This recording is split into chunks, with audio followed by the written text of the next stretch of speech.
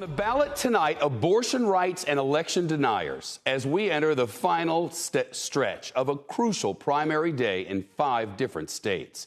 Polls set to close in less than an hour in Kansas, where voters are deciding the future of abortion rights across their state.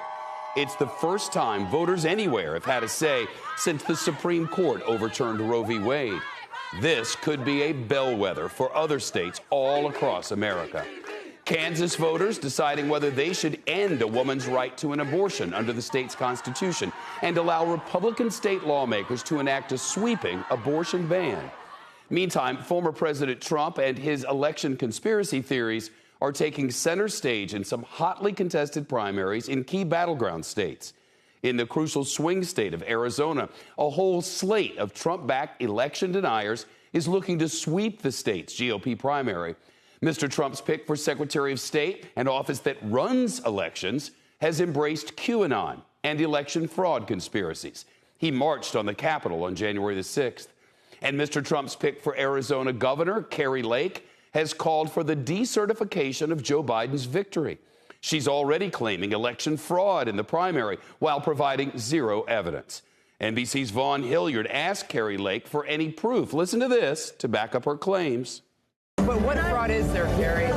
What fraud is there? This is serious. You want to make this about you? No, this is about Arizona voters and their faith in this election. The last person on this planet Earth I would tell about what racist governors is you and MSDN. So you know about a crime, and yet you're not reporting it to authorities. And I'm not telling you about it.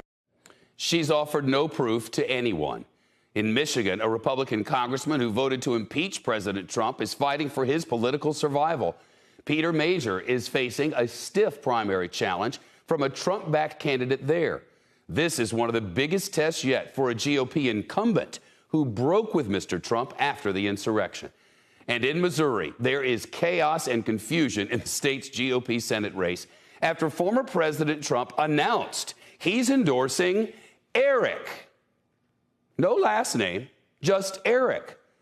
As fate would have it, there are 2 leading Republicans in the race, and both are named Eric.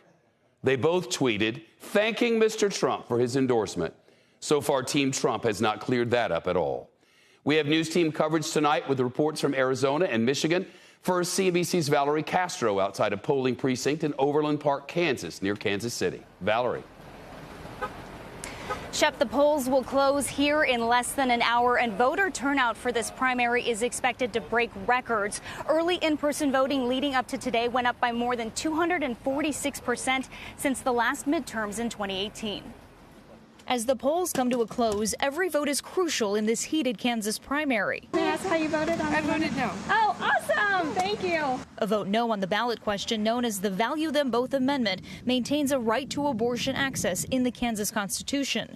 Vote yes. A yes vote removes that guarantee. The fate of the issue then in the hands of the Republican-controlled state legislature. The yes camp is the everyday people of Kansas who want to make sure that we have a voice in this discussion about the regulation of abortion in our state. Currently, there are 4 providers in the state. Restrictions limit the procedure up to about 22 weeks, include a 24-hour waiting period, and require parental consent for minors. The opposition certain that passing the amendment could eventually lead to a statewide abortion ban. We know that's where they're headed, but that is really what's at stake. They are literally changing the Constitution to take rights away from women and mandate government control over private medical decisions. Recent polling numbers are close. 47% plan to vote yes, 43% plan to vote no, and 10% are undecided. I've always been on the fence about abortion through my whole life, but I don't want the government to control too much. The big government's not a good thing. So I voted no. Well, it's a divisive topic. I understand both sides. But for me, the choice is for me, my body, and it's not the government's decision. Other voters sure that a yes is their final choice. I've had enough nonsense out of the leftist movement that's destroying my society. And I voted yes on this amendment for that reason. I will vote for life. Yeah, for the mother and the baby. Yeah, you'll be voting yes. I will be voting yes. I do believe that it is a baby from the time of conception. Shep, one criticism of this amendment is that the language has been very confusing. If you support abortion rights, you would have voted no, and if you are against abortion rights, you would have voted yes.